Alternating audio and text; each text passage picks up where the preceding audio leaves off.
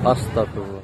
Maraknya kasus gudang BBM ilegal yang terbakar dan adanya dugaan keterlibatan oknum kepolisian membuat Kapolda Sumatera Selatan Irjen Pol Rahmat Wibowo memberikan atensi khusus bagi jajarannya di Kabupaten Kota Sumatera Selatan.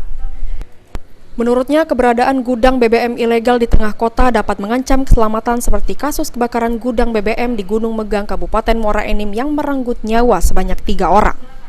Selain itu, gudang BBM ilegal juga merugikan masyarakat karena mengoplos minyak ilegal dengan minyak dari SPBU, sehingga mengurangi jatah masyarakat. Kapolda menekankan kepada anggotanya agar tidak terlibat dengan kasus tersebut.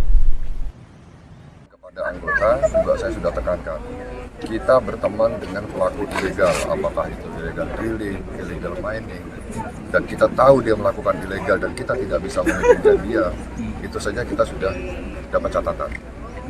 Kita membantu dia, itu sudah catatan lebih berat lagi, apalagi kalau kita terlibat langsung.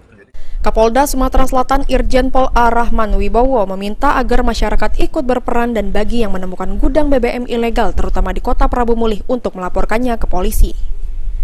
Beni Firdaus, PAL TV.